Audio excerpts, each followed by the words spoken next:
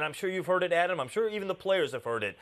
Everyone is expecting, nationally anyway, for the Cubs or the Cardinals to step on the gas in the second half and take over first place in the division. But right now, the Brewers aren't relenting. What's been the attitude and the mood there as far as what they're hearing from outside of Milwaukee?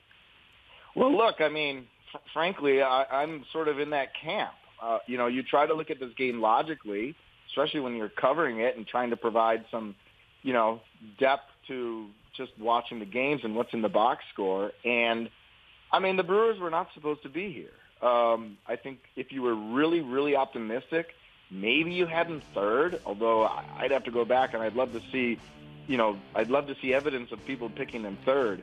I think mostly it was fourth behind even the Pirates in the division.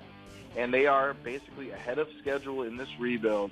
And, the people here basically are just enjoying it. I think people are kind of enjoying the ride. I think they understand that it's early. We've rounded the halfway point. We're coming on the All-Star game. 3.5 games division lead on July 4th is significant, and people are certainly taking note.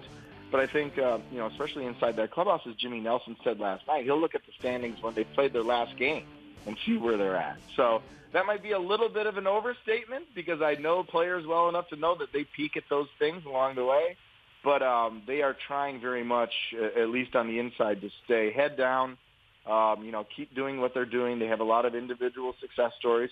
And look, they have a lot of room for improvement, too. They strike out a ton. They've got some issues now, as we talked about, with injuries in their rotation. Junior Guerra, their opening day starter, has not been good at all. They already went through one closer. It's not all been, this has not been a smooth ride to first place for this team. I think that's, again, one of the things that gives them a little bit of hope that, look, we've dealt with adversity just like every other club, and look where we are on July, now as we speak, July 5th, that it's not completely out of the realm of possibility that they, stay competitive into August and September.